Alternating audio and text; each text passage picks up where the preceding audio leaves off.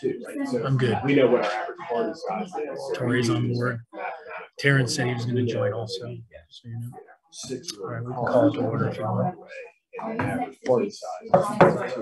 All right, folks, we're going to call our meeting to order. Thank you all for coming.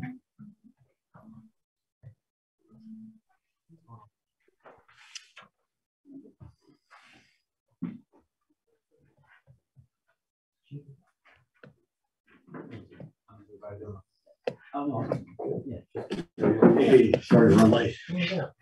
All right.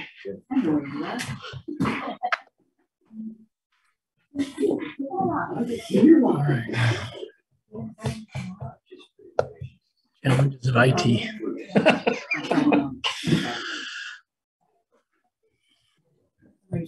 I love technology. Sometimes I don't. I love it until I don't. All right. We ready? Let's do it. All right. Well, good afternoon, everybody. In accordance with the agenda and the notice that we put out, and this is more for the benefit of those that are online here tonight with us or this afternoon, we are going to cover the strategic plan, and the first part of this will be a presentation by me, which will take probably about an hour, and then that will leave us plenty of time to have discussion around that. For the committee members, I have a notes page for you in front of you as we go through each section, and it's kind of listed out on the notes pages that I gave you. If you want to jot down notes that we can talk about when we get to the Q&A session at the end to kind of discuss more of the planning considerations relative to developing the KPIs and the timeline and that sort of thing. If you want to jot those down while I'm giving the presentation, that would be great. We can talk about it in the Q&A. But I'll go ahead and get started right into the presentation, since it will take a little bit of time to get through that. And I'm going to stand up and do this so I can project my voice a little bit better. 1 second. Yeah. Do you have another one of these? Karen can get one. Oh, I'm sorry, Karen. That's Yep. okay. Right here for you. Thank you. Appreciate that. Mm-hmm. All right, so this is our first meeting for the Strategic Planning Committee. The staff and I and some of our consultants have been working on this presentation for the last couple of weeks.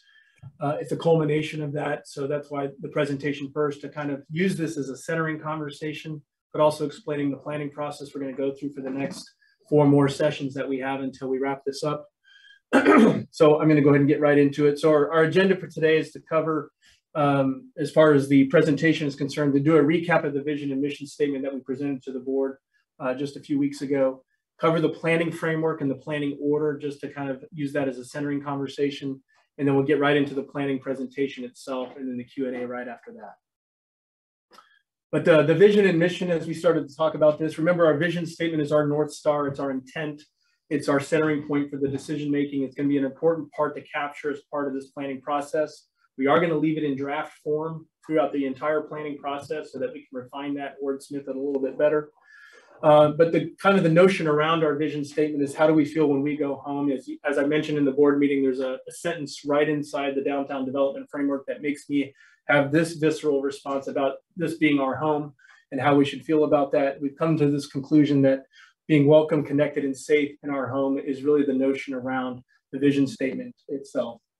So our vision statement is that we believe that our downtown is the heart of our home, and our home should make everyone feel welcome, connected, and safe.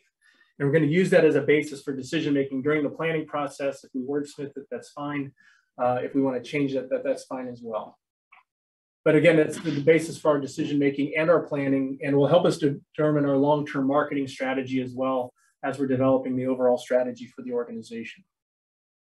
How we do that, the tasks, we talked about the 6 tasks that are explicit in the downtown development framework, anything from connecting downtown assets and the placemaking and pedestrian friendliness, diversifying the downtown economy and enhancing the market demand through amenitization, growing the downtown residents through infill, and then facilitating equitable economic development. These are 6, not in any particular order, but these are the 6 that are explicit within the downtown framework itself.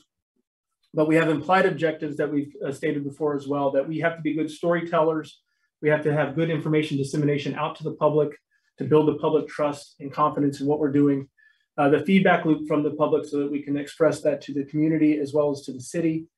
convening and facilitating conversations, actionable planning, which is what we're doing through this process, and then the alignment of strategies that exist within the community itself. Those are the implied objectives and tasks that I believe that we're going to have as an organization in what we do.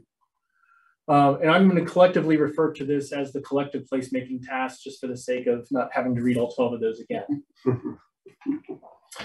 And then to summarize that, like, we'll do our vision, we'll do this by conducting these collective placemaking tasks and aligning the multitude of redevelopment strategies together in a singular direction. That, to me, is one of the major roles that we'll play, is aligning strategies together to make sure we're pointing all in the same direction. And our mission statement, just a very simply stated, again, very much a draft form, is to enhance the lives and experience of all who live, work, shop, and visit in our downtown. And really kind of just saying very simply, get off the beaten path, coming into our home and enjoy what we enjoy. And that's kind of what we're saying.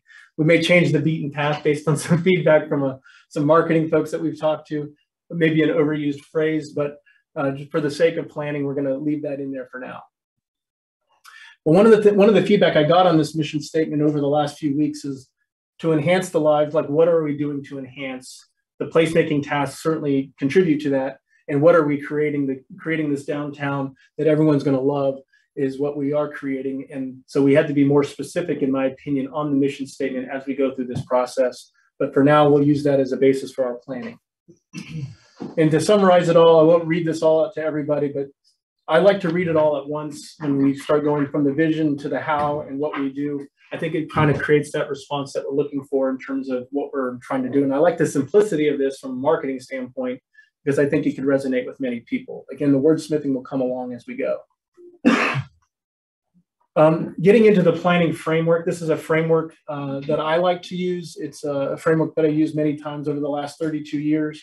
And it's just based on experience in planning and kind of moving things along and creating something that's executable so that we can move and be very nimble with the relative to how we execute the plan. So I call it the planning to execution standard. So, we're going to define our role as an organization, which I think is always important for an organization to do. Even if it's obvious to us what our role is, I think we should always state what the role is as part of the planning process. And we'll state it as an organization and for each objective, because I think every objective we have will have a very specific role that we play, but there's some collective roles that we'll do as an organization as well. We'll develop some situational awareness. This is more of an education-based situational awareness to make sure that we're all centered on the right kind of concepts that we're going to be talking about best practices, the SWOT analysis that we're going to do. There's an education component around that so that when we're talking, we all have the same frame of mind and the same frame of reference when we're discussing specifics relative to our planning. Then we'll develop the strategic milestones and objectives. Will not happen today. It'll happen in the 2 weeks in between. We'll present those. But today we'll talk about them from a Q&A standpoint, so the staff and I and our consultants know what to do in terms of developing those milestones and objectives. Develop the track, which is the timeline, an estimated and a realistic timeline relative to achieving these goals. And then we'll re-examine our role. I think it's always important to re-examine the role that we're going to play to make sure it's still valid. We may list out 10 or 12 things that we want to do, but maybe it's not realistic that we do all of those. So I think it's always important to re-examine the role that we'll take. We'll lean on data and analytics and experts, incorporate best practices and lessons learned, and we'll dissect each objective in every meeting that we have until we get to the end, and then we'll put it all together. That's kind of the framework that we're going to be operating off of. Where are the data analytics coming from? It will come from a variety of sources, and then we'll look at that data, we'll analyze it internally, we'll ask our consultants to weigh in on those that we are going to use, and we'll use a variety of consultants in this process, but the idea is that they will validate or invalidate our assumptions based on the analytics that we'll do internally first. The main points on the strategic plan development is that my hope is to get to an 80% developed plan by the end of this process, and it's been my experience for 32 years that an 80% plan is good enough to execute. It has the right amount of detail, it has the right amount of information that we need, but it will facilitate the rapid execution we need and allow us to pivot very quickly from one way to the other without getting bogged down into minutia. And we do need to pivot at this stage, in my opinion, as we start to execute. We're going to learn a lot from market changes, we're going to learn a lot from the public, we're going to learn a lot from the city, and I think we need to be able to pivot quickly so that we can continue to move forward. We may end up going like a snake for a while until we kind of get on the right path. But the idea is that we don't want to be bogged down with so much detail that we can't pivot. And then we need to iterate and validate that after we get of our plan. We need to iterate that constantly as we start to learn information from the community and then validate that as we continue to move forward. So I like to refer to our plan as a living document for that reason. So as far as our framework is concerned, we'll have the meeting today, then every 2 weeks. Our final meeting will be in 8 weeks from today on August 9th. We'll deliver the draft plan to our board by email for review on August 16th, which is the following Wednesday.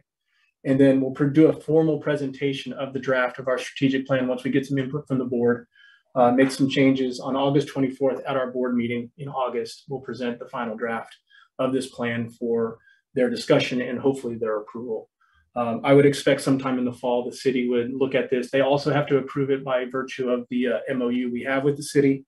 So the city council will have to approve our strategic plan as well, which I don't have the date yet, but obviously we can figure that out over the course of the summer. Our planning framework, these are all the things we're going to cover. I know it looks like a lot, but it's actually rather quick, except for the presentation I'm going to give.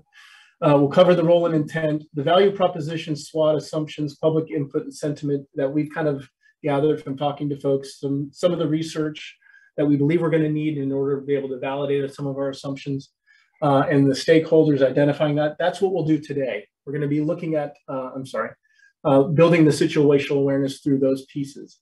The second part of that, which will happen in between, but also presented at the next meeting, will be the cost versus impact, the goals, the milestones, the timelines, and the KPIs, and then ultimately adjusting our role and revisiting that as we go along to make sure it's still valid for us to do. And then, of course, incorporating our implied tasks that we talked about before into this entire process. Just to rehash our collective placemaking tasks, this is important from a priority standpoint. But this is the framework that we're going to, the planning order, not an execution order, but the planning order that we're going to go off of, starting with infill residents to infill and facilitating equitable economic development. We're going to cover that first. There's a lot of deliverables we need to start talking to business owners and talking to developers. So we need to get those developers moving forward, which is why we're starting with this first. That's a long pole in the tent as far as I'm concerned. We need to get those deliverables started. And we need the input from the committee to be able to do that. Then we'll cover the planning part of that on June 28th and actually look at situational awareness for amenitization and diversifying the economy on June 28th. June 12th, we'll cover those objective plans and cover situational awareness for the final two, connecting downtown assets and placemaking, and then cover that plan. And the coordination will be constant. We'll constantly incorporate this into every plan version we make over the course between now and August 9th. And that final coordination will be on the meeting that we'll have for August 9th. That's kind of that's the framework we're going to be operating off of. I believe it can be done. I think it's not terribly ambitious to actually get there, but I believe it can happen. Standard agenda, bi-monthly meetings, as we've talked about. What I need from you is to discuss the concepts intermittently throughout, picking apart the ideas, adding ideas and concepts to explore, filling out the notes as we go, which is why the notes pages are there. Hand them in at the end so I can talk to you if I have any clarifying points. I need guidance from you as well, right? I don't like to plan in a bubble. I think it's a big mistake to do that. And what we do need to do is present ideas and the concepts we can explore so that we can get that done and present those at the next meeting. So that's what I need and kind of need from the committee itself. During that gap, having ongoing conversations, finding and collecting data, examining viability of external programs, looking at current legislation, that's going to come up a lot as part of this process, making sure that that legislation is still valid for what we want to do, identifying partners and stakeholders, having conversations with them to find out what role they want to play, and validating assumptions. I think that's probably the most important part is if we make assumptions, which I think is a part of our plan. A couple more minutes. Sorry, let me mute that.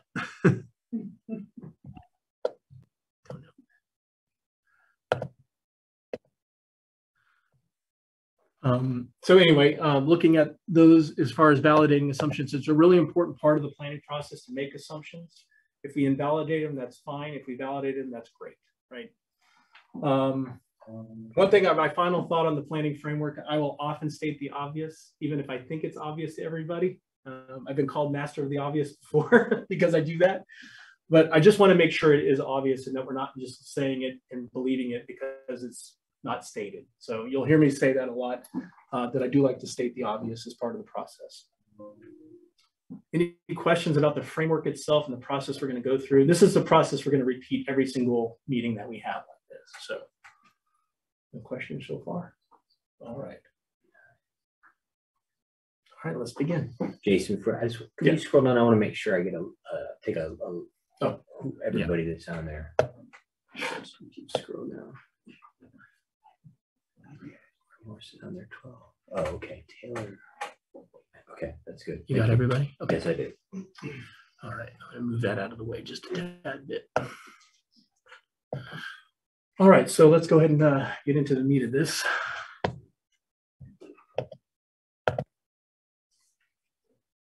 All right, so we're going to cover the organizational role first, which I think is an important part of what we do. I like to start with the end state because I think the end state is always important to state when you're talking about what we're trying to achieve as far as developing a plan, right? The downtown development framework has this great graphic that shows what the future of downtown is going to look like. Now, I like looking at things in 3D, but this is a 2D version of something. But, you know, if we're looking at welcome, connected, and safe, and the 6 tasks that we have, the explicit tasks within our downtown development framework, we have a goal of creating a very vibrant arts and innovation district, higher education downtown, the Witherswash Greenway, and the Blue-Green Network. Those are very explicit, tangible goals that we're going to create. And it will look something like this, right? In terms of the ground and what's going to be transformed over the course of so many years, right? So I wanted to make sure I pointed out what our end state goal is, because as we're developing our plan, we want to make sure that we're actually trying to achieve this end state. But from an organizational intent and broad facilitation, that is going to require a lot of development and redevelopment. It's going to require the amenitization requirements, and it's also going to require the support. And the focal point between this Venn diagram here is a vibrant, connected downtown Myrtle Beach.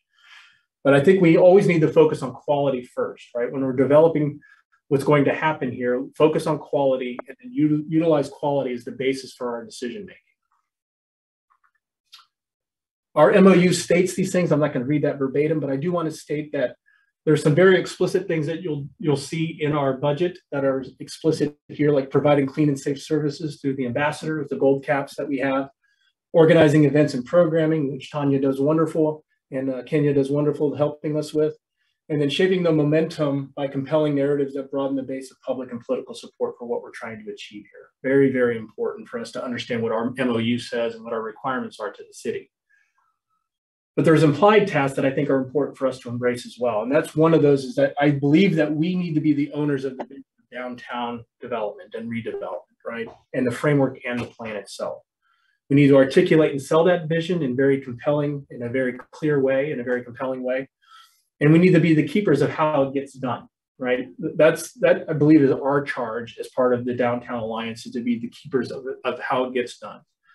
And then always driving quality product and customer service, I think, are going to be important organizational roles that we play. And no matter what we do, these are the 4 things that I believe we're going to have to do every single time, every single objective, and every single direction that we head in. We want to make sure that we're driving quality and having impeccable customer service to those that we work with. And we'll cover the specific roles and intent for each objective as we go through. But from an organizational standpoint, that's where I believe we need to be from an implied task. I kind of made this little infographic here to illustrate a few things, but from a marketing standpoint, I talked to Matt Kennel up in Columbia. He gave me some great insight into where we are as an organization versus where he is as an organization. He's been doing this for 23 years. On the very early side, you're going to see a lot of emphasis on marketing clean and safe and events, but also marketing to those that are going to help develop and bring businesses downtown, right? But it's going to be heavy on the clean and safe and heavy on the events on the front end from a marketing standpoint. And eventually that will transform into a destination, like promoting it as a destination to live and work and play and shop and visit and everything else. But from a tasking standpoint, you're going to see very small, quick wins on the front end while you're working on these larger projects. These are both and, right? So you're having small, quick wins. These are the market makers that we're going to bring in, but also large projects that are going to be the larger assemblages that you may see down the road. One thing I'd like to add, though, is that we need to give a future glimpse of where we're going. So we have an immediate task, in my opinion, to be able to provide the community at large, when they're walking through downtown, glimpses of what the future is going to be. The Broadway Streetscape project that we've talked about in our budget is a good example of a future glimpse of what Broadway is going to look like. So we need to focus on that too. So it's a future glimpse and small, quick projects and the large projects need to all happen simultaneously. That's a broad brush overview, by the way. For our budget, in terms of our preceding tasks, marketing, we're doing that already, clean and safe and the events, the design and overlay standards, that's a required step in order for us to be able to work with developers.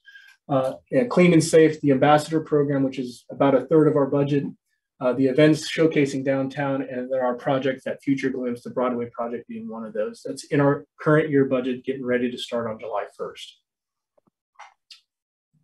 So we are going to cover situational awareness on infill as well as equitable economic development. That's where we are today. And that's as far as the organizational side. Now we're going to dive into the priorities number 1 and 2. A little bit of 3 and 4, there's some overlap on economic diversity and also a little bit on amenitization that will be covered. It's a slight tie-in, at least at this point. We'll go into that in greater detail in the next session. But priority 1 and 2 is the major part of this.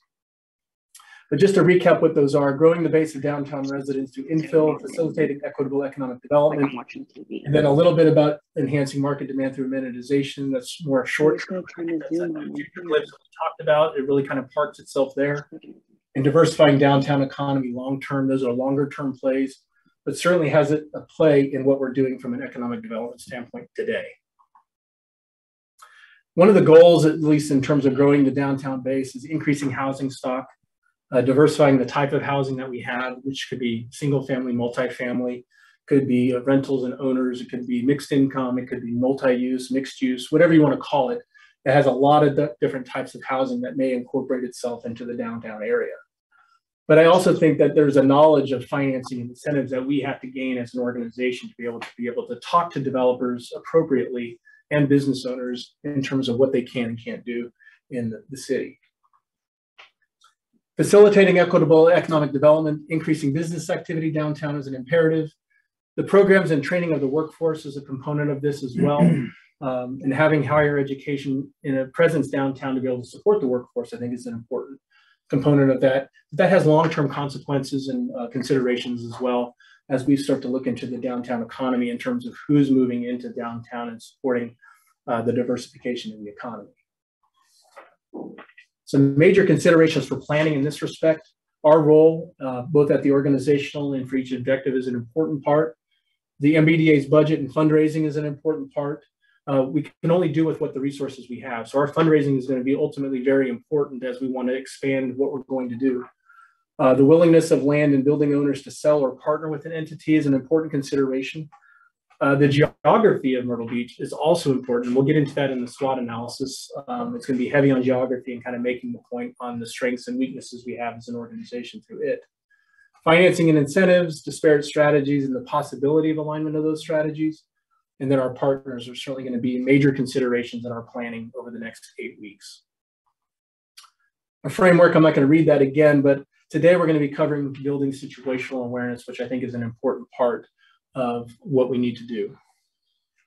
Again, I mentioned the situational awareness is very education-based. So I'm going to go through this slide by slide and kind of use this as a centering conversation so that when we get to the Q&A, we are all on the same page. So we'll cover value propositions first. I like to speak in that particular vernacular because we have customers and they have pain points, and we want to give them a value that solves the pain point. Restating kind of the organizational role here, just kind of putting that up here, like owners of the vision, articulating and selling that vision and being the keepers of how it gets done and driving that quality, which I think is going to be very, very important. As we look at the objective end state for these priorities, increasing permanent residents, increasing permanent businesses, enhancing the experience in the public realm, and diversifying the economy and focusing on quality first is really the imperative around those 4 things. But the impact is increasing safety by more people living and working downtown, increasing awareness of what we're doing downtown for those that are enjoying it, word of mouth, marketing that we're doing. And then hopefully with a diverse economy in the future, we have a younger demographic returning to the city that is in that 25 to 40-year-old age group that seems to be fleeing from the area. So who's our customer, right? I believe, at least for priorities 1 and 2, that our customers are developers, business owners, and investors, and then property owners. And there's a reason why there's a gap there, because it's a building slide. When you start looking at their pain points, though, for developers and business owners and investors that are in the early stage of this, their pain point is that if we're asking for quality, that's a higher risk investment profile for them, right? But if they're first in, like they would be in this particular instance, because we're so new to the redevelopment of downtown, it's also a higher risk investment, right? So we have to make sure we understand where their pain point is. If we're asking them to come in first and nothing happens after, that's a huge risk for somebody. So we have to make sure that we are selling the vision and making sure that they believe that we're selling the right vision to them and that they believe in the vision that we believe in. And also that our plan is going to allow us to achieve that vision. So we have to help them understand that their pain point is that higher risk investment. For property owners, I believe that their pain point is a lack of information about how they can capture opportunities with their land, right? And it's not just their land, it's those that have buildings as well. But the lack of information that's out there is what's holding them back or maybe not convincing them to move forward with an opportunity that may be beneficial to them.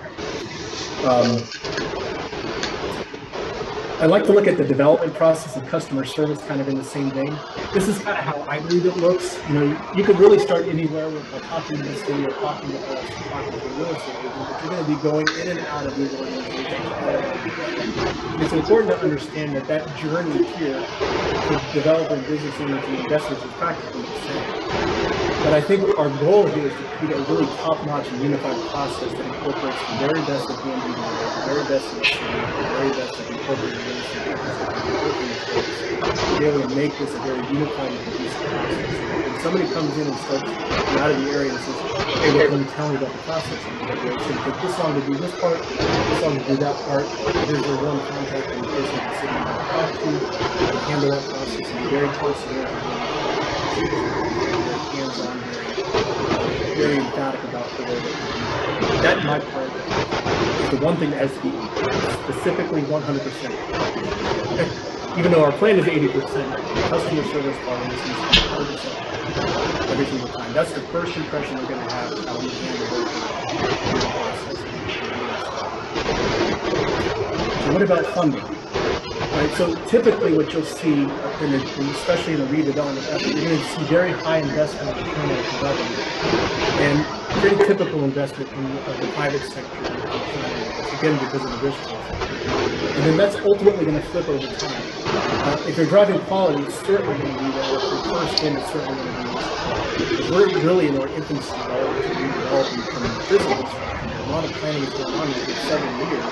But if we're starting to put shovels in the ground, this is the type of funding source that typically runs. Again, there's no scale to this, right? There's no idea about how much that but driving quality is certainly going to create this kind of funding typical funding sources. I like to look at it from a pro forma though. When you start looking at a normal risk profile in an area that's well developed, the developer is going to have some project investment that doesn't go into this profile. But if you're driving quality and you're first in, you're going to see a developer's risk profile go way up. So how do you mitigate that? You mitigate that, going back to this, when the government sector being very heavy on the front end. You may see incentives in de-risking that investment that drives the quality. It's de-risking the risk and de-risking the and actually incentivizing the quality that we expect so that we can start to attract more and more. So if our objective goal, which I believe it is for priority 1 and 2, is to drive quality and de-risk the investment on a broader scale, we need to create a development process and customer service experience that is really unified. We need to advocate for things like that to drive that quality and de-risk that investment. We need to have the marketing and the communication to make this as an area where they want to be. From the property owner's perspective, improving the value and the marketability of their property and exploring the partnership options. And I say options because there's a lot of options to folks that own land and property down here. My estimation is that they probably have very little cost basis in that property anymore, a lot of value. So that's a lot of risk when it comes to capital gains that we certainly need to look at in the future, or what they would have to consider in terms of their options for what to do with that property. Kind of looking at priority 1 alone, remember these are the collective goals for both priority 1 and 2, but looking at number 1 by itself, there's an assemblage of private and publicly owned components to this that we need to consider. Right projects, block by block, these quick wins that are going to ultimately drive things that we're looking for, and then establishing a pathway, a standard package to help support the big goals, which is a combination of a lot of things. It could be the process, it could be incentive, it could be the customer service aspect, how they work with the city. All of those are part of the pathway, that standard package, and it's really unifying around the customer service aspect. It remains the same for property owners and what they do. You're going to see that as a common theme as we go through. For priority number 2 on the economic development side, driving healthy business needs is going to be an important part of this as well. We have daily needs as well as destination needs for folks to come to downtown. Facilitating a facade program is an idea that came up from one of our consultants the other day. We're trying to refurbish some of the buildings down here, a facade program that actually works for the community. Access to capital and then workforce and skill training is going to be an important part of that. This is a whole list of all of those things, but this is our common here when we talk about creating development process, and these ones in green. The ones in orange here, the first 3 happen to be the residential infill by itself. The one before down here represent the economic development side, and then blue down here at the bottom represent the owners of property. So in my opinion, these are the roles for these 2 objectives that we would have to embrace at some point. Again, maybe not a complete list, or maybe there's too much on this list, something that we can discuss in the Q&A. But these are the 13 things that I think we need to look at to make sure that we're considering it. We still have to do these though, right? When we start looking at the organizational, we still have to do these and be the owners of that vision and drive that quality. These priorities here, just for priorities number 1 and 2, are going to be an imperative to be able to develop a good plan for us to be able to move forward. Getting into the SWOT analysis here real quick, I'm going to do this in the context of geography because I think there's a lot to learn from the geography of Myrtle Beach. And I like to look at maps. Maps to me tell a very compelling story as to what we could and couldn't do in this area. So I like to look at this one. I call it transportation very generically. This is walking, cycling, golf carting, driving in your car. When you look at Myrtle Beach as a whole, they have some very specific monikers that kind of describe the bookends of the city, as I like to call it. Like the dunes and residential area, very much north of 48, and then south of Harrelson, you got the airport, Market Common, but in the middle is fairly nondescript. And you got a lot of pockets of activity that really serve the tourism and retail industry. You have entertainment, and the downtown sits right squarely in the middle. What I find is interesting, I looked at the census data for 2020, and 56% of the population of the residents in Myrtle Beach live within that middle section of Myrtle Beach. The other 44% live in both sides. It's almost equal between Market Common and north of 48 right now when you start looking at the census data. One of the things, I did a little research, and I found this little study here that says that most people will travel within 10 miles of where they live to go actually do their daily needs, or 10 minutes of where they live to do their daily needs. And I'm certainly a creature of habit. I am not looking for more than 10 minutes to go shopping and get gas. But when you start looking at that, about 4 miles from 48th Avenue down to City Center, and about 2.5 from Harrelson at its largest, farthest away to the downtown area. So driving considerations are important to getting folks to embrace the economy that we're going to be creating in downtown and utilizing that to conduct their daily needs. And some level of multimodal to connect these pockets of activity around the middle section into downtown to make sure that it's simple and easy for folks to get downtown. When you start looking at this inner concentric circle here, this blue one, walking considerations, it's about 10 minutes to walk from that point to this point to the center of downtown. So if they're walking to conduct their daily needs, they're not likely to go more than 10 minutes. So fortunately for us, that's right in the middle of our framework, our downtown development framework. So it's a happy coincidence, in my opinion, that that's the case. But the strength about that, I believe that the population density, is probably something that we need to validate, but the population density, with being 50%, 56% of our population in the city, should be able to support the downtown economy for the daily needs that we have. And hopefully we can get folks to come and have this fear of missing out into the downtown area to treat it like a destination. I think the weaknesses, though, are the modes of transportation and the paths to downtown are very explicit paths to get to downtown. I think the opportunity, though, is for the downtown destination for residents, for both north, south, and west of the downtown, and linking those pockets of activity to downtown are real opportunities for us to look at. And then certainly policy advocacy in terms of what that looks like. I think the threat for us, though, at least from the context of transportation, are the donut holes and the fragments that exist out there in this section.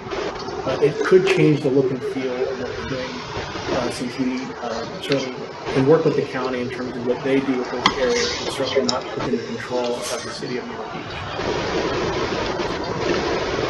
I like to look at this in terms of districts as well. So the Arts and Innovation District is not exactly a circle, but it does represent this orange area here. When you look at that, multimodal considerations, important bike paths, areas for people to walk, I believe it's going to have a very specific economy for this area that is going to be more destination laden and also daily services, and a very specific amenitization that's going to appeal to those that are in the walking, right, and those that might be in the bicycle.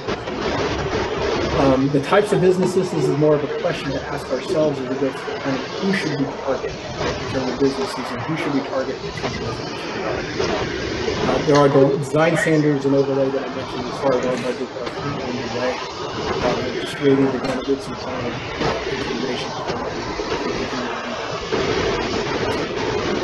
I think the benchmark planning documents that they put together for the Arts and Innovation District are really solid and have a very clear and compelling vision as to what the Arts and Innovation District should look like. I think our weakness at this point is communication. I'm just stating the obvious. I don't think we're communicating in a very good way in terms of what the Arts and Innovation District is going to look like.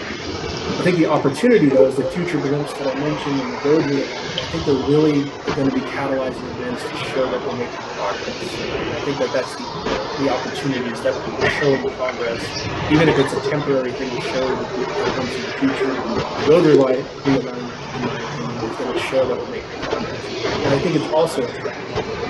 Because I think there's a potential to cut off areas temporarily that could have an impact on business. And then I think communication, if you don't do it right, and it's not specific and building public and political support, it could be a threat to us. So that's why it's both a weakness and a threat. When we look at the next concentric circle here, that really kind of embraces the downtown development framework. I think the economy can be somewhat broader in this area, and I think it had broader amenitization. And that's certainly indicative of the blue-green trail that we're talking about and some of the multimodal pathways that are going to be developed as part of the downtown redevelopment. Again, who do we target for businesses in that area and residential? I think it's going to be largely a combination of tourism-related businesses as well as residential and resident-related businesses in terms of my personal opinion, but it's kind of again, design standards are going to be more appropriate for this area, may drive some of the residential developments. I think the strength we have is a very solid downtown development framework developed by James Myrtle and his team, and Rob Lee and his team, that was adopted by the city.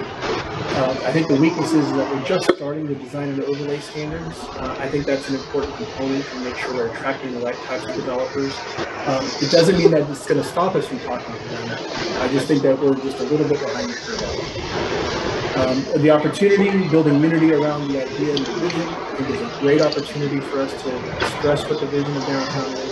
And then I think another opportunity for education, getting some workforce training started, some adult education while they go through the accreditation, they're having more permanent accredited programs in downtown.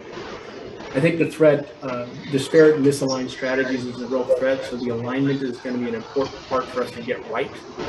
And then inappropriate massing and scaling from a design standard. We want to make sure that we have the right character for downtown that's going to make it attractive to live, work, and play in the downtown area. Looking at it from a broader perspective, this middle section of Myrtle Beach, very diversified economy, very diversified amenitization. It already exists in terms of the amenitization of the economy already. But I think that there are certainly areas that we can look at that may affect this area in terms of how it affects the downtown. So I think the population, kind of restating what we talked about before, the strengths really being the population and the modes of transportation and pathways to downtown is certainly the key.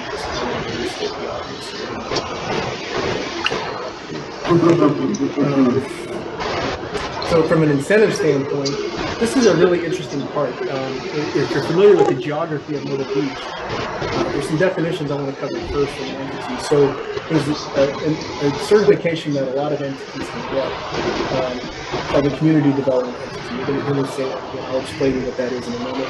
New markets tax credit, hub zone if you're into the defense industry and understand, or even just government contracting in general. It's an important part of set-asides and government contracting law.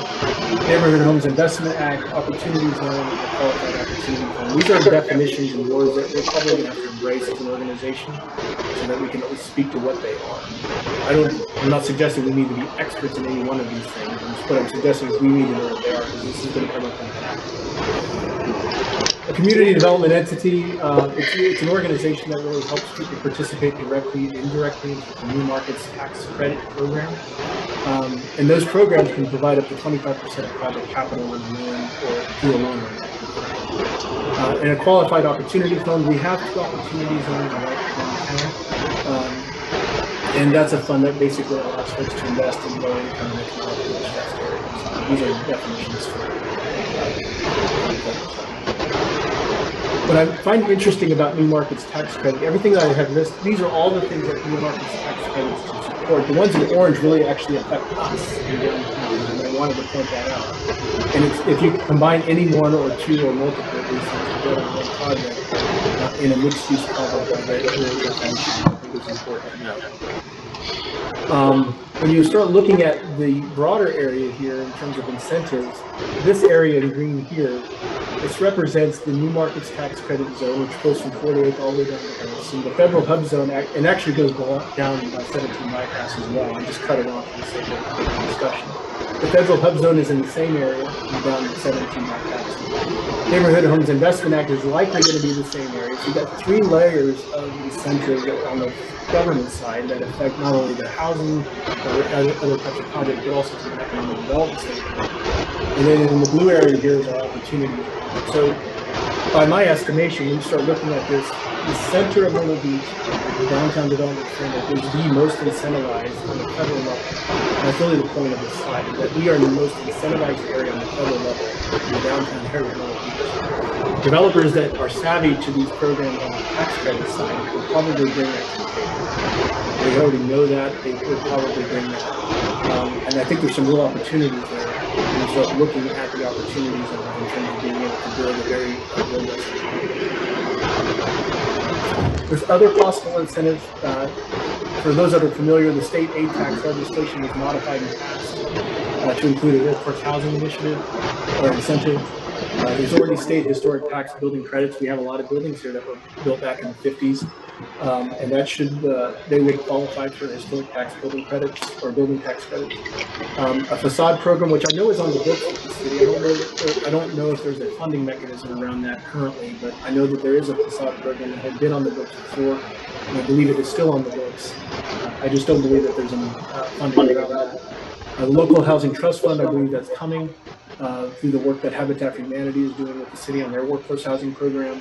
And then there's the big question is, are there other city funded incentives that can help support the first in and the high quality that we're looking for? So I think the strength that we have is that the downtown is the most incentivized area of the city. Our weakness is only general knowledge of these programs, in my opinion. There's no local CDE that I'm aware of. And there's an unknown, it's unknown whether there's a qualified opportunity in the downtown areas or in the city. The opportunity, I think, is to leverage these programs, or at least to be knowledgeable about them, so that when somebody comes to the table, we can speak to them on an intelligent level. And then incentivizing mixed use through the new Marty's tax credit, I think is a real opportunity. I think the threat is the time to implementation, right? Because some of these things have some sunset provisions that we have to consider. I just think that the time to implementation is a threat. Looking at strategies, these are the strategies I'm aware of. I know there have been some additional ones out there. Some strategies we may bring to the table as well as part of our planning process, but City of Myrtle Beach has several strategies, CCNO Georgetown Tech as well, and then the Art Museum strategy is really robust and really interesting. I'm pretty excited about meeting with Amy Coffin and talking about that a few weeks ago. And their relocation to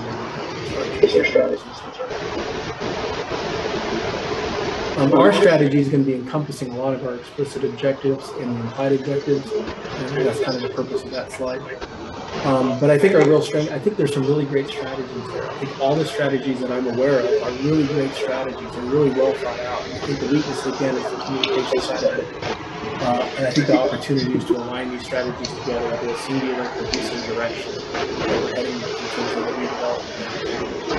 I think the threat to this is the time-consuming projects that are 5, 10, 15 years out are a real threat if we don't get some quick wins. This is a summary of all of this. I'm not going to read that slide. I wanted to show you all the strengths and opportunities we have and all the weaknesses and threats. All of these, I believe, can be mitigated to some degree on the threat and the weakness. I think our strengths and opportunities far outweigh these weaknesses. We have to be knowledgeable of these on the weaknesses side and make sure we're mitigating those as part of our planning process. So the strengths and opportunities here are going to be really important for us to capture. I'm getting into the assumptions. These are the only 6 assumptions that I've come up with so far. Driving quality and de-risking investment is the basis for advocacy. I think that that's the message around advocacy. I also think that as far as the assumption is concerned, that developers will bring the federal tax credits to the table. If they're savvy developers, they should know that. They should be that should be part of their investment strategy. They will bring their own investors and their own lending institutions to the table as well. I also think that we can find 10 small assemblages that could be used for these quick wins in the downtown area in the next 6 months. I think the design standards and overlays could be at least 60% complete and focused on a very specific area within the year, hopefully faster than that. And then I think local incentive packages can be developed in a year, maybe less. Those are my assumptions right now. Again, I think assumptions are an important part of planning. It gives us something to shoot for. And I believe those to be true at this point. But we'll see what we can do. Looking at public input and sentiment, I think owners, at least talking to Ken and Tanya, I think the owners and businesses are waiting. They're waiting for what's going to happen. Right? They're waiting to see some progress. They're waiting to see what can I do, what can't I do. I think that the owners have some concerns because they don't have a lot of recurring costs in their properties, and there's not much basis in terms of their costs. And because of that, they'll have a potential for high capital gains unless they find an opportunity to park. I think parking is always, from the public's perspective, that there's not enough. I think that that's not well known. This is my personal opinion. And then I think safety is always something that we have to keep in our mind in terms of public interest. The safety aspect of downtown is really important. Whether it's perceived or real, it's a combination of both. And we need to look at that as a consideration in terms of our plan. Looking at research and data, these are certainly some of the things. I think we need to be a data-driven organization. We need to measure our results of our efforts. We need to make decisions and adjust from those. What we should measure should relate to our KPIs. And then the possible data that I think we need to look at to be able to do that. Looking at building permits, at least an annual average last year and the last 5 years. It's specific to the downtown and the mid. And then also look at our concentric circles. We need to look at that in terms of how that's driving the economy. It's the same with business licenses in the same area. I think we need to look at crime statistics for the last 5 years, and then also look in the last year and see how that's changing, both in our areas and within our concentric circles. Looking at foot traffic, the city has a really neat program called Placer that I think can help us measure foot traffic. Devin knows more about that than I do at this point. It's a really neat program that was read into a couple of years ago. I think movement patterns and or where from to downtown is going to be something that we look at if we can capture that level of data. And then I think that always having the demographic information is going to be an important part. Updating that annually is going to be important to understand what the demographic data, income levels, who's living where, what their ages are within our concentric circle. Questions to look at: are there other data sources that can support what we're trying to do and what we can do? And this kind of leads to the next point before we get into the Q&A is our stakeholders. Now, this is not an exhaustive list by any extent, but the city of Myrtle Beach certainly is a stakeholder in this. Private landowners, vacant building owners. You can see the list here. The reason I've added higher education is largely for the workforce on the front end for these two priorities. Certainly the EDC has a play in that, the Chamber of Commerce, and Grandstream, partnership Grandstream. I added the COG and mostly the Workforce Development Board, the Workforce Investment Act component of that, and the SC Works having a presence to be able to support the workforce. There's a good retraining opportunity here that I think we should capture. And there's kind of keep in mind that there's someone not along this list, and so one of the others that I think it's important. There's all that input in terms of who those stakeholders might be, specifically to priority 1. Questions that we will get into in Q&A is that did we consider everything? Did we consider all the elements that are going to be necessary for us to develop a plan? Did we forget anything? And then externally to us and external to the city of Myrtle Beach, are there external efforts that are ongoing that we're not aware of, right? Collectively around the table, maybe we know, maybe we don't. But the idea is that we need to look at external efforts and how that might impact what we're doing from a planning perspective and also from an execution perspective. Going back over that SWOT summary, like these strengths and opportunities, I believe we need to leverage those, we can mitigate our weaknesses and threats. I believe by leveraging these, we can mitigate those threats. And revisiting our value proposition, I believe that these 13 things are still relevant and still accurate. Again, if there's something missing, we can just discuss that in the Q&A. Questions? Okay, hold on. That was almost it. I'm going to go ahead and sit down for the Q&A part, if that's okay. Exhaling. Yeah. I know that was a lot. We can go back and revisit some of these slides as we get to Q&A. But for the committee members, any questions so far? And I have some guided questions that we can ask as we go along.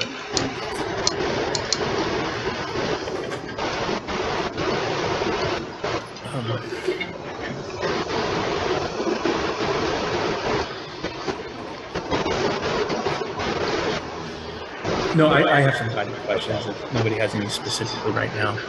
I have a question. Yeah. How are you going to get everybody into all the information? How are we going to get them to? An informational packet for all the board members. So that, hey, these are all acronyms. Yeah. Yes. Yes. This is all common language. Yeah. We're gonna learn. Yeah, I can send these out to everybody. So yeah, we'll do that at the next meeting.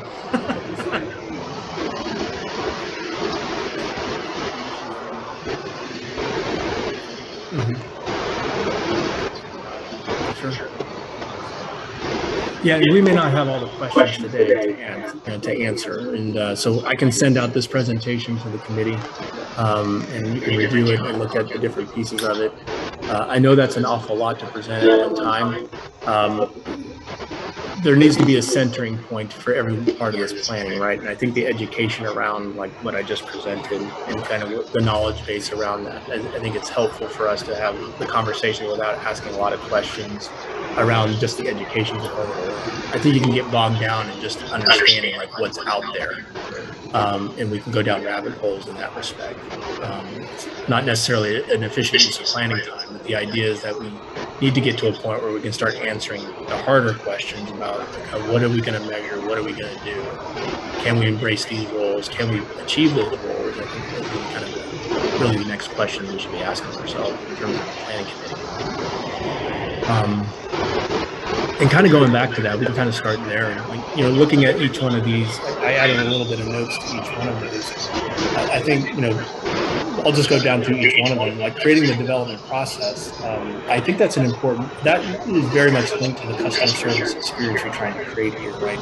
Trying to create a little package of how we handle a business when they come in. Like, what does that look like? What does that pathway look like for a business owner that says, hey, I'm interested in coming downtown. What does that look like, right? Who do they talk to at the city? Who do they talk to with us? What does that look like? What is the conversation like? They may start with us. They may start with the city. We need to make sure that wherever they start, that there's that very warm handoff and a very warm contact and a very warm body and a very, hey, I'm going to call Devin for you because he's the economic development person of the city.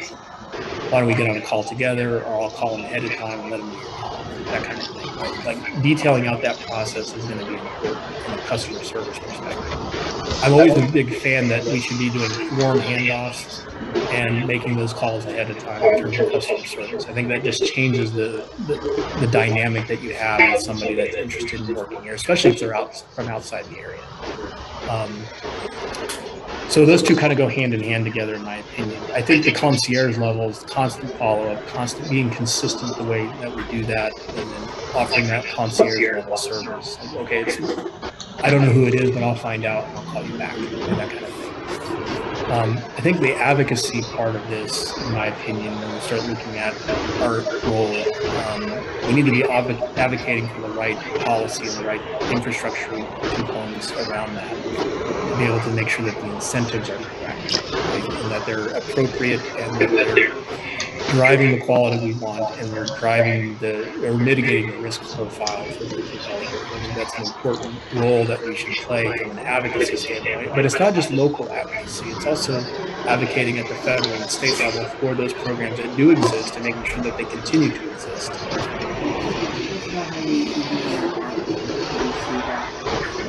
Where you bring those ideas and suggestions as appointments to see if each body is kind of getting, and who's doing that, or is the MBDA hiring its own affairs person? Again, that may be jumping way ahead, but that's striking me here as something that I too much to envision people talking about today.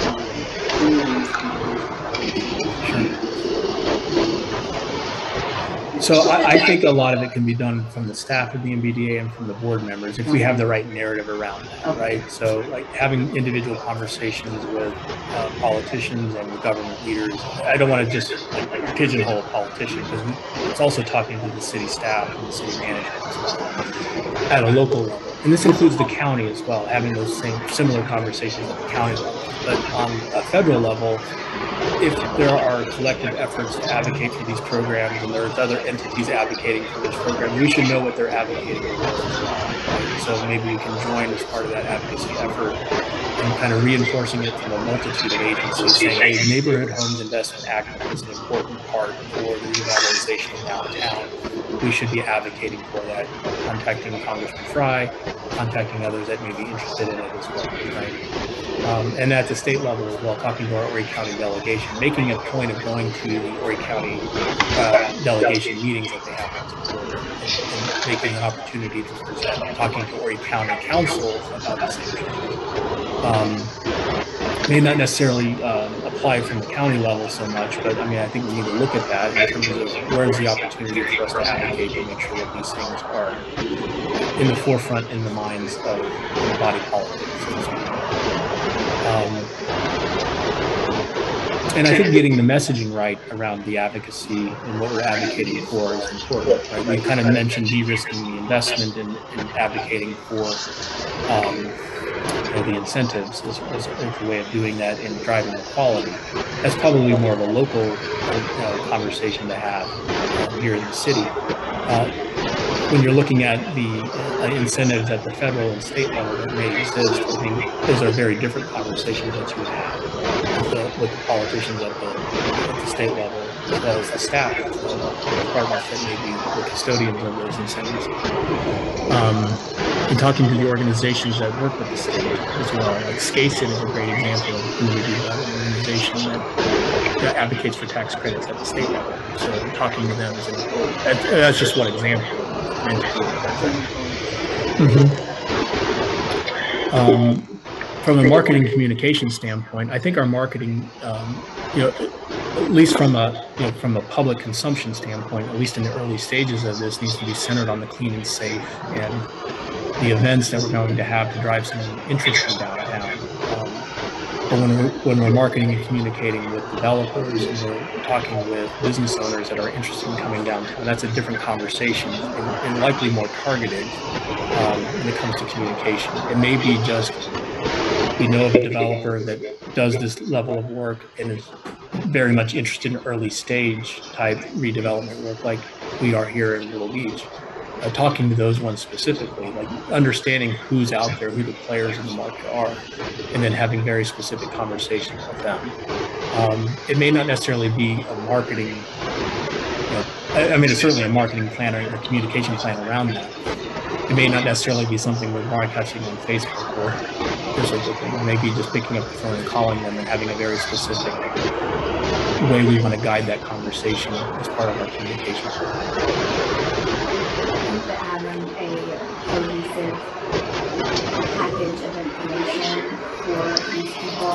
For instance, 2 years ago, there was a company doing several $1 million investment in downtown, and there was nothing. So then there was no what's available. There was this is what you do, frustration, and because they had a timeline. I know that their frustration was it just wasn't. They talked to several different people at the city. They talked to several different people at the organizations, but there was nothing that said, "Here's who to contact. Here's what's available. Here's what we've got. Here's the incentive programs that we've got." Like if it would have been more organized, we could have been years down the road in that program. And so, just having heard their frustration firsthand, and somebody came last week looking for a space to and just all levels. Somebody wants to do arts and innovations space, somebody willing to invest, to be able to address both of them in a way that's not confusing for them, because this is digital for us that already have businesses down here. Well, I think the idea is that we recognize that that's a pain point for our customer, right? And then part of the pain point is how do we address it? These ones in green are on the screen behind me. The ones in green are kind of the collective part of that vernacular that we create with the customer, right? And like how we address their pain points specifically. Now, these were, some collective ideas of some of the pain points that we believe exist. There may be others that we're not aware of yet. And addressing those on a very personal level with those developers, I think is going to be important as well. So when you're having a conversation with the developer and the business owner, well, what is it that is your biggest pain point that's preventing you from coming down here? If it's something we can do, great. If it's not, then maybe they're not the right fit. And I think it's important for us to recognize that there may not be a right fit, and to recognize that is maybe a path that we just don't go down because we think they're a great fit. They just may not be a great fit for what we're trying to do at this stage. So it's a time and it's also a fit. I think we have to look at it that way. But we should be able to drive some of that too. I don't want to say that we're going to sit there as sheep and be passive about this. The idea is that if there is a good fit, and then can we do what we can do to make them part of this, the fabric that we're creating here with these smaller projects and these bigger projects over time? Can they be part of that solution? I'm not comfortable with thinking about the communication or education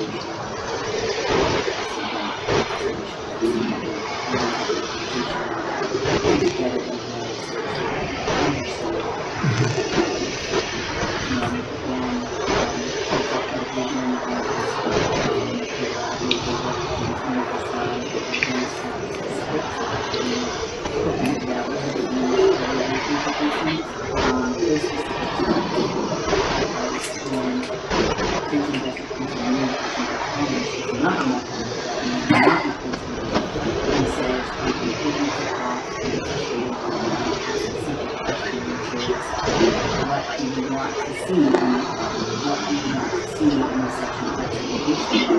And with Trump, that is just a huge challenge. So it's got to be really down to the types of things you want. You want bakers, you want bookstores, you want more bars, you want like places for some Georgian-centric businesses and anything to do with that you visit to organic outside of that is another thing that is down to and what I'm hearing extremely even if again they're not the right fit and that's not what they want to know that quickly, like, okay, you want that and I'm not interested in that, or I don't do that, or I don't think that's profitable for me. Thanks so much, nice to meet you, bye. But to be having time wasted dancing around and having no specificity, only to find out 2 months later that what we want to do is not a good fit. It just leaves everybody into that case and doesn't help our reputation overall. Yeah. So there's just been a track record of that in the short time, 5 years,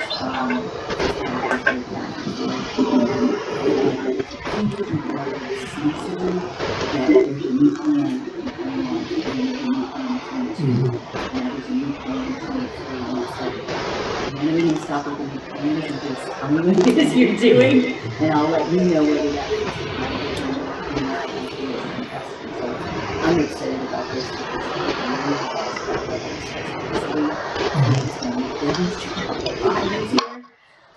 I think it's gonna just be a lot cleaner for a lot of people. We'll be able to say hello and goodbye a lot faster and make things move. You know, I'm specifically about the Arts and Innovation District, and I've kind of lumped Broadway Street into that, right? Like if you look at those 2 areas very specifically, and I'll just kind of give you my opinion about it, but you know, daily living, barbers, butchers, and bakers, right? Your daily living, and certainly a grocery store would be wonderful, right? But beyond that, you need to look at the destination side of that, like these really great restaurants, these really great music venues, and these really great art galleries that are going to drive people to get in their car and have this fear of missing out if they don't come, right? They use that term FOMO a lot in kind of the entrepreneurial world. So we need to create the FOMO for those that are going to use this as a destination, right? So the idea is that we have to have the destination components in the Arts and Innovation District that are going to drive people to, like, I can't wait to go there again because I had such a wonderful experience last time. But also those that live in the downtown area, they need to have the daily essentials so that they can conduct their daily lives. So I think in the Arts and Innovation District and Broadway specifically, that needs to be the focus in my opinion. But again, there could be a variety of other things that need to be in that area as well. Certainly office space, certainly places for people to work. I'm not suggesting that all this can really be retail or some level of retail. The idea needs to be a combination of those things, but very specific about like what do we want? Are we going to amass 30 offices? Probably not. But are we going to have the right mix and the right quantity of those things to be able to say the Arts and Innovation District is vibrant, it's active, and I can't wait to go back there again and experience that experience. When you kind of get out of those boundaries, then it gets a little broader, a little bit less specific, I think, kind of to our earlier point. Those are just my thoughts, but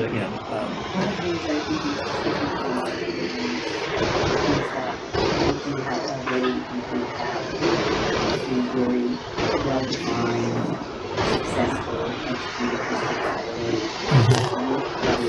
right. They're not live, work, play. They are mostly again for entertainment, right? Entertainment district. Certainly does have really cool, but they're so good and they're so well developed that they'll almost become 2 bubbles. That the ego that you're ready to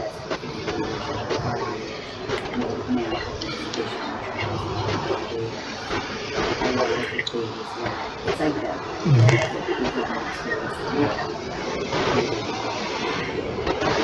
Mhm. go there. So I just want to be aware that, that is completely so part of using all these situations is developing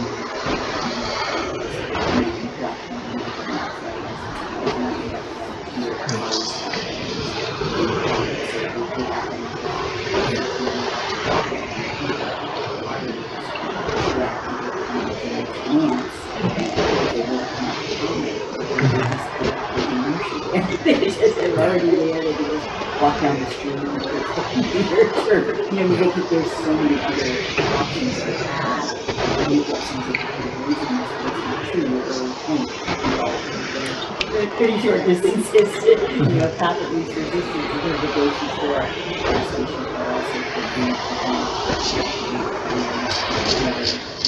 so just to think again, that makes something that more we can specifically talk about and keep refining, but be open to people coming in and giving us their vision, the better off we're going to be. But Yeah. It is, I think, a different game plan than other places that had a downtown that wasn't doing well, and now they're trying to revitalize it. They don't have three thriving entertainment districts all day around them that give both residents and employers lots of other options. I don't think there's anybody who lives here that's on the list and, oh my gosh, there's nothing to do here. I wish we could have blah, blah, blah, right? We have just this overabundance of amazing things to do. So I do think that that's a little bit different, and I'd love to talk to James a little bit more about that too. Continue to work with each other on it.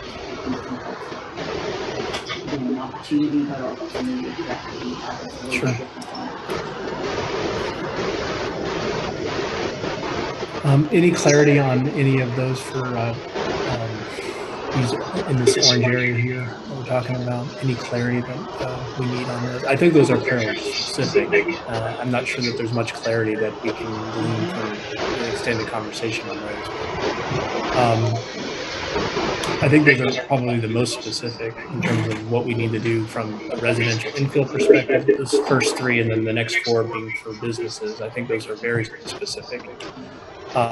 Access to capital can be a variety of things for a business, for example, right? So that can be a loan.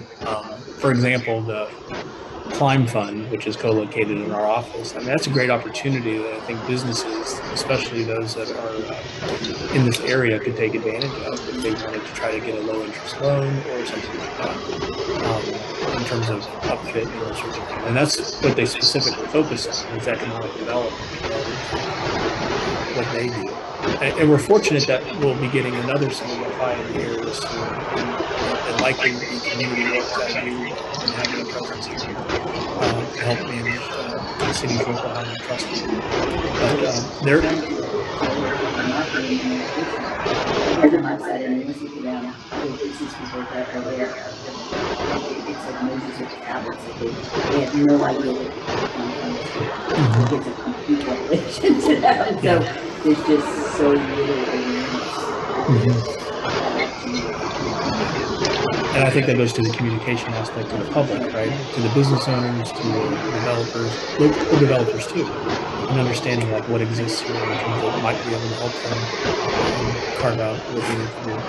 And I think a real opportunity here also kind of getting down to the blue area down here, like really working with the property owners and expressing to them, maybe through the workshop, like, hey, if you're interested in doing something with your property, or if you're interested in what options you have, having a workshop around that could be a very helpful way of kind of explaining, this is what you can do. 1031 exchange, you can do, sell it and put it in an opportunity fund, or you can be a partner with somebody that's interested in partnering with you and get a return on that investment without having a large tax consequence, and maybe generate some revenue in the same way. And that's kind of more along the lines of exploring partnership options, but I think explaining to them what their property can do and what they can do with what they have is an important part of the education system. I do have a few kind of general questions to ask as we kind of go through this. We've talked about best practices. Everything I've underlined here are best practices. So, I mean, almost everything that we're talking about doing relative to our role and tasks, almost all of those are best practices. I think kind of really refining what those mean in terms of detail and over time how we implement those best practices, I think is an important part of the development of our key performance indicators. Looking at cost versus impact, the future glimpse, those are low cost, high impact things that could make a world of difference in terms of the public perception of downtown and kind of where our future is. And it does build that public support. The small quick wins does the same thing. It helps us, it requires us advocating for incentives, but maybe smaller incentives for smaller projects, bigger incentives, right? But it's the market makers that we're looking at, right? These small projects repeatedly over time, very quickly, allow us to build the market makers that are going to attract maybe the bigger projects to say, hey, they're doing something really interesting. They just did 20 residential developments. They just did 20 businesses downtown. What's going on down here? I should probably pay attention. I don't want to be last at the table. I would like to be first, right? So those market makers are going to be important. From a goals, the Broadway Streetscape project is a good example of that. Right? It's going to show some level of permanency relative to the, adding the bike lanes, which is an important part of the connectedness of what we're doing. The consistency in light poles. I mean, these little tiny things that we can do that are not going to be undone through the redevelopment, I think are important future glimpses. I think there's some other opportunities in future glimpses as well, and that's working with the city on their public art fund and wayfinding and kind of bringing lots of different pieces together in terms of developing future glimpses of and getting folks to embrace the idea that we can do something to show you what it's going to look like that has some temporary nature that may be undone later, but also have some semi-permanency to it as well. I think we can do a combination of both. Lighting is a very interesting and easy way to do that. It may have some cost on the front end, but one thing that this is one of the ideas that I had in my mind a few days ago. I like the Boston Freedom Trail, right? They have a very specific marker and very specific markers that you follow along the Freedom Trail. How do you get folks to walk through downtown and see what the future is going to look like? Instead of stopping at a historic monument, stop at something that shows the future of what it's going to look like. Or something like that. And those are simple, easy ideas. You can paint a trail, you can paint a curve, you can add some lighting, some accent lighting here and there during the nighttime. But showing what it looks like at night during the day, I think are important parts to that, in terms of these very simple and very low cost ways that we can show an impact. That's just one idea. I think the impact goals is like having these corridors that we have, like 9th Avenue North and Main Street and Broadway and 8th Avenue North Extension. Those are corridors are likely not going to be touched through the road realignment. Some of them will, some of them won't. But there's some permanency to the sidewalks that we can do that shows the future and shows some impact of what we're doing. Those are the corridors that come to my mind before the road realignment. Once the roads are realigned and that infrastructure is in place and the roads are done, then that becomes yet another opportunity to show some future work along those as well. And looking at the parcels and where they are within the entire mid, not just within the downtown specifically area, but the entire mid, looking at those parcels and how those can be part of those quick wins and part of that development. And then there's certainly milestones along those goals. If we're looking at all of the major corridors like 9th and Main Street and 8th Avenue North Extension and Broadway, if we're looking at those major corridors, well, which ones do we do first? Those are the milestones that we end up. Maybe it's more important to focus on 8th Avenue North Extension next time. Broadway's going to be first, obviously. That's what we're starting with the streetscape, but using that as kind of maybe the catalyst for the next one to look at. Or maybe it's 9th Avenue North because we're really trying to drive the foot traffic from the boardwalk towards Broadway. Try to get some interest in the downtown area. So those are things that we need to consider from a planning perspective in terms of developing like what order we want to do this. And we'll come up with a first draft of this for the next session 2 weeks from now in terms of where we think maybe the priority should be and then presenting that as well. The timelines, I always look at reasonable expectations around time. How long will it take to do a project? How long how many projects can we do a year? A lot of that's driven by our budget. But the questions I keep asking myself relative to timeline, how many corridor type projects can we do a year to show some level of future glimpse? And then how many small quick wins are reasonable in the pipeline? And how do we measure? What is the measurement? Is it the number of building permits? Is it the number of business licenses?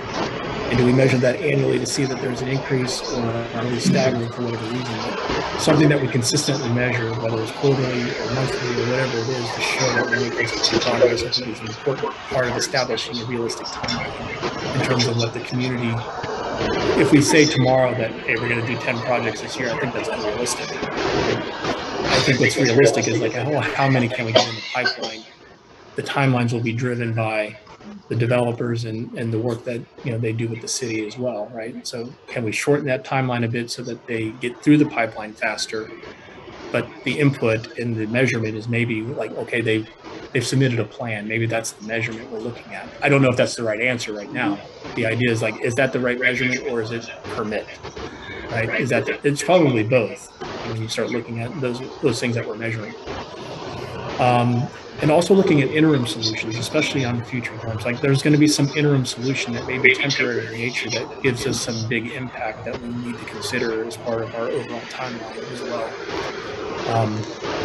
My assumption at this point was that the future glimpse projects are going to be those that are going to be more interim in nature, that have some permanency to them, especially if they have some permanent components to them. And certainly the permanent solutions will be those small quick wins when they're building buildings and bringing businesses in. Those are permanent solutions. Hopefully they are viable even 5-10 years down the road. But that's kind of the idea. And then relative to KPIs, like what are we going to measure? Are we going to use number of permits and business licenses? That's kind of my assumption at this point, is that what we measure is just as important, and to be able to determine whether we're making progress or not. And we may not know that the first year. If we decide we're measuring these things, we may not necessarily, we see that there's 10 things. We may not be aware that there are 10 things in the pipeline today, right? And I think that giving us that awareness as to what's happening is going to be an important part of this. And then we can find out if the efforts that we're having relative to what we're doing, if that's driving a change in that one way or the other. And if it's changing it to the negative, well, then we've made a mistake. Right? The idea is we want to change it to the positive so that it's moving, like the numbers are going up in what we're doing. And then we have to validate that through a data set, right? Like getting the right data. As I mentioned before, I think being a data-driven organization is going to be important for us to measure correctly and making sure that we're having an impact in terms of that. These are open-ended questions right now, and we can have a discussion on that. But those are the big ones. And then how we're telling these stories, I think, are going to be just as important from a communication standpoint. One of the things I think is really important for us to embrace is this feedback loop, collecting public sentiment and being able to provide that back to the city. As the city's making plans and as we're advocating and talking to them about what to do and what the community's telling us, I think being a feedback for that is going to be an important role that we play.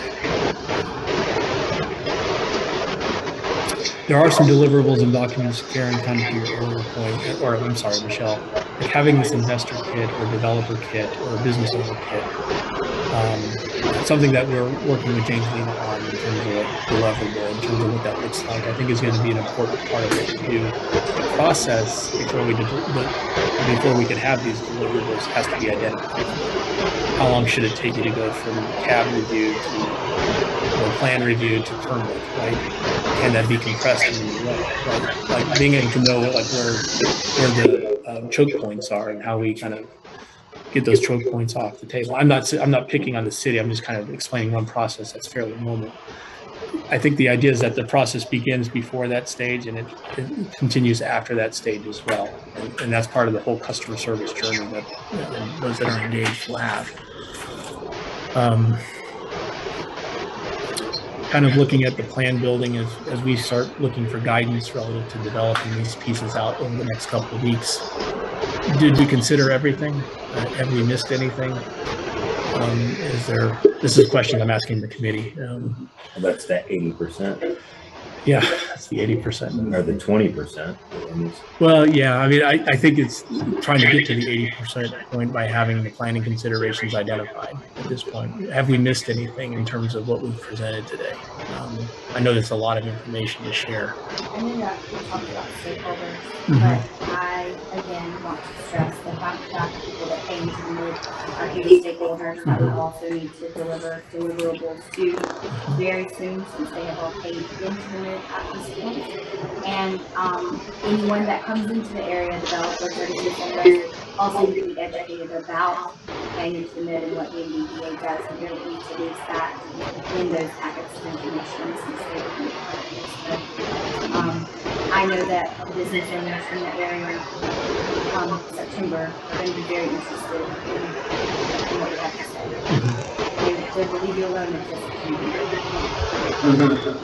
here's the problem. Well, I think by August we'll have a pretty good idea.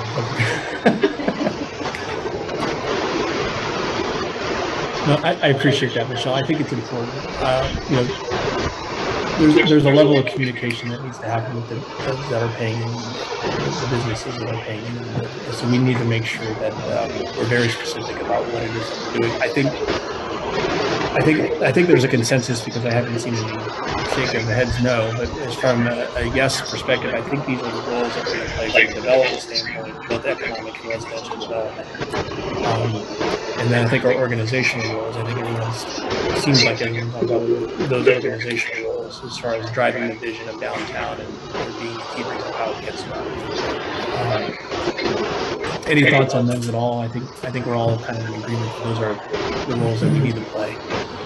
And I think our role, I think part of this process is defining the role that we do want to play as the MBDA. Right? It's not just, this is not just Jason's idea. This is the idea that as an organization, can we all embrace these roles? We could probably combine a lot of these together and make it more simple. But I think taking the broad brush approach and being very more specific right now as to what these roles are, and then kind of condensing them. This is how we handle developers. This is how we handle businesses. This is how we work with our stakeholders. This is how we do this. From a process and procedural standpoint, Kenya and I will be working on developing the procedures around that to make sure that we are delivering what we're supposed to deliver. And the people that are already in the mid also may be interested in resources for business owners to redevelop, because a lot of them have multiple properties, so we also miss that opportunity. Sure. Of course.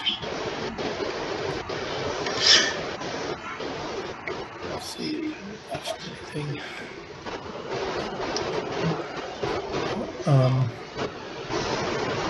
Any other questions, thoughts, concerns? Are we off pace? Are we going down the right path? There might be some developers aware of such attracted to this area. Is there a way that we can it's too simple, but make a list of who we want down there, and then hand that list out and say, hey, these are some, I might want a KFC in my building, I might want a Chick-fil-A. Chick-fil-A is the only one that's interested in coming down. Yeah.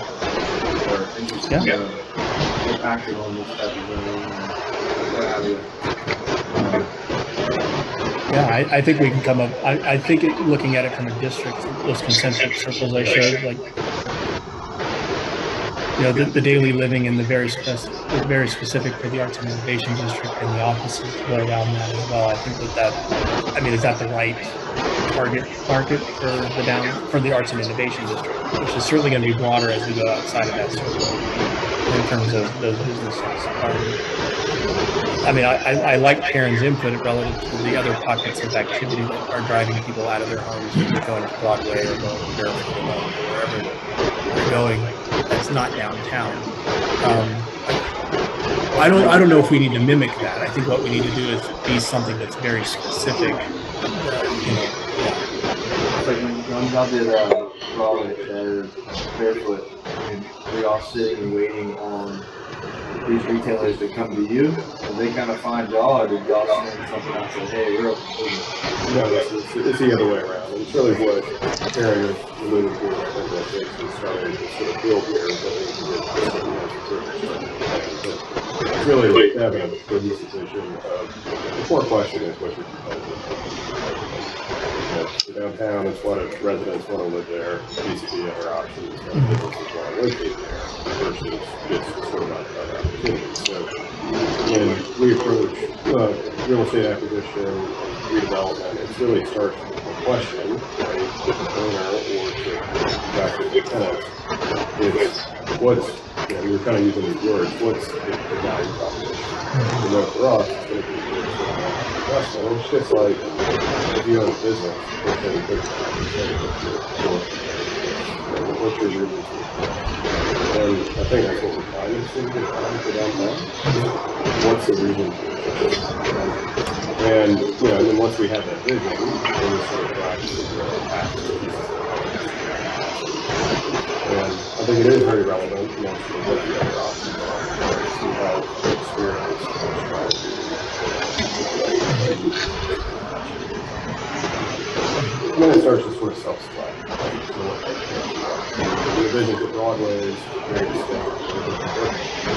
Broadway's very cohesive, you know, sort of strategy. It's simple. It's kind of visual experience, a retail experience. We're doing great at from place-making point of view, right? You know, barefoot is different. It's more sort of an expression of sort of basic life, right? And that kind of comes through in the architecture and the businesses and retailers we select for that retail experience. So, you know, the question is for downtown, you know, what's the answer, right? And, you know, I mean, similar to what Karen was saying, as I think about downtown, I think there's a clear opportunity to sort of create something that's unique and different than those two experiences. Right? That is probably feels a little bit more authentic, right? It's more of an expression of Myrtle Beach that has a reason to exist in the world, and more importantly, you know, bring people to the area that may not be coming in and sort of for us. That's really necessary. So, you know, for us, I think it's a real opportunity, and how we capitalize on those, you know, on sort of ways to natural amenities. You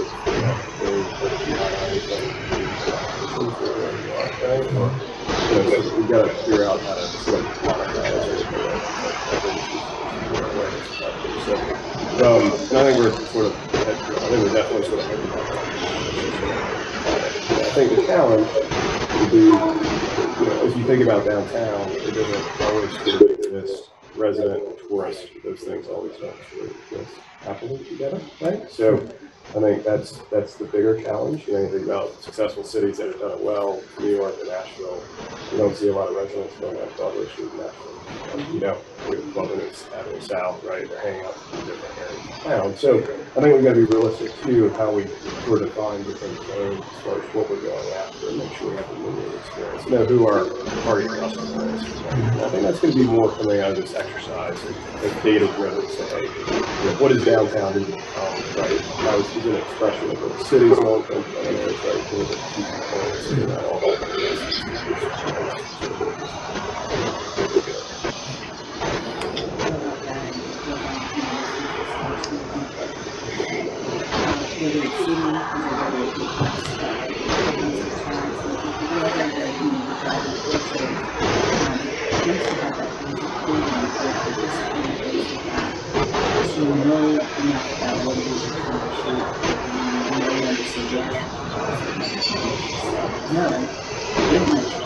That's absolutely not part of the business. Right now,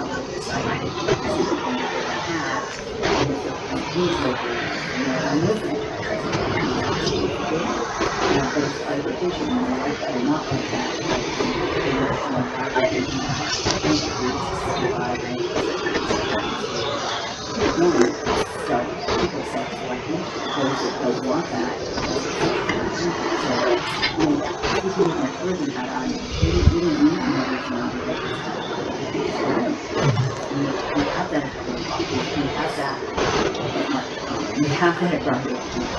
And so, right up again, it's something that's inauthentic.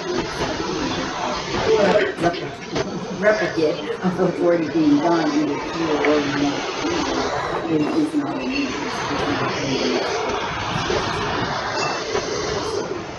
I admire those places that they know themselves well enough that they know that is going to be helpful. And again, they also have operations. Thank you so much.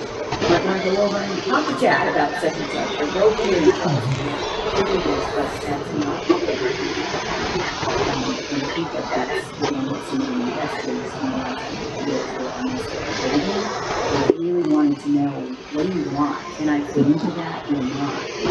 Don't just be so big and be like, well, what do you have? Well, I don't know, what do you want to do? Like, it was just so open-ended and that it actually created fear and it created concern that the city didn't know what it wanted and therefore they were like, I know what you're talking about because they don't have a really specific blueprint of what they want to be and what it is going to be. So that's kind of how I look at it. The more centralized you get about what you want to do when you grow up, the easier it is to say, you call it a brand filter. If it doesn't fit the filter, if it doesn't meet it, then it's really easy to say. I think that's where we want to Well, I think as an organization, you need to have that courage, right, to say, hey, look, this is what the city wants, this is what our residents want, this is what our businesses want in the downtown area, and collectively saying, this is the right fit, and are you the right developer or the right business to be able to give us that vision? And that kind of goes to the master plan of downtown, right? Like, this is a framework, as you know, what we have is a framework. Now we have to put the meat on the bones, right? So the idea is that we're defining through this process over the next 8 weeks is, well, what's the meat look like? And I think we can get there. I mean, I think we made tremendous strides today in terms of like this centering the conversation around this. This to me is the hardest part. I think the amenitization is going to drive when we get into the amenitization, especially that will create the character that we're looking at that will support these businesses and the willingness, hopefully, of the residents to move into the downtown area. Those amenities are really going to be crucial in making sure that it has the right feel and the right character for the downtown. I will say that this area is very, they don't like things that are inauthentic. There have been 3 franchises, McDonald's, Burger King, and Pizza Hut. All went broke within 3 years, and they were, 2 of them rented it for us when New York Pizza was thriving. And one of them was on the corner of the Pavilion and Withers. That was McDonald's, and they couldn't survive at all. But the businesses that are in the place are thriving, so it's, they don't want to go to, they want an authentic motive experience, and I think that that's what this area would offer to residents as well. When we did the HTC Hub the other night, there were residents who hadn't been in there in a while, and they were asking us, what used to be here? What was this? When was this brick from?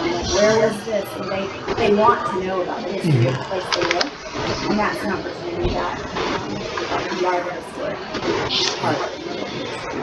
Maybe that's a good piece for us to embrace is the historic. I mean, obviously it is part of the historic part of our city. So maybe emphasizing that more through the planning process would be helpful.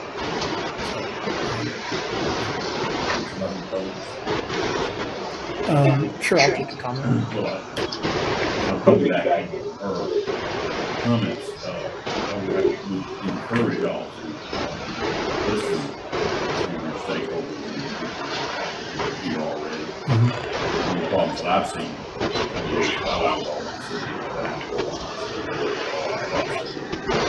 is dictating terms.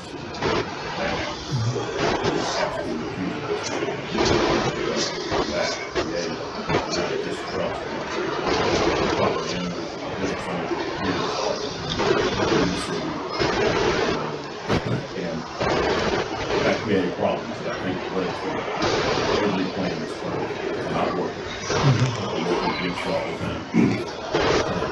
It's not hard to build relationships. Some of them can be difficult.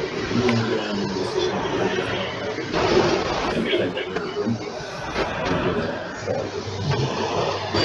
solve it.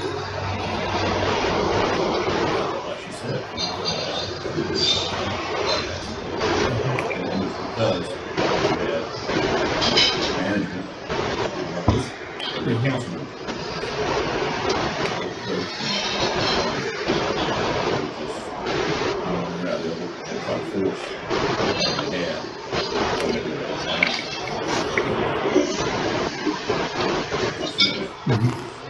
Build a relationship. And this is what they say, because when people get advice, they're down here. Thank you. Anything else? I would just say that people that work with me day in and day out know this stuff. I have a hard time absorbing that amount of information and being able to give feedback. Sure. In the moment, I am a process person. I like to hear what you have to say. I do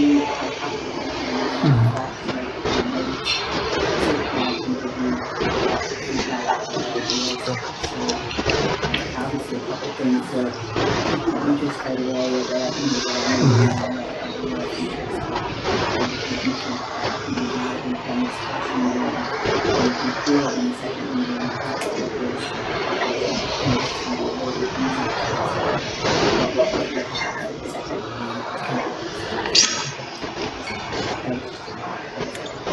Yeah. And I've been guilty of doing that myself, so I know that it is necessary for you to do that and share that all out. And it's great. It's like, wow, drinking from the fire hydrant. Well, I'll put a copy of the situational awareness piece out to the committee. Absorb that. If you have any questions, email me, call me anytime. Just let me know, and we can have a conversation about it. I'll incorporate whatever you say into the next version of what we're going to present next time.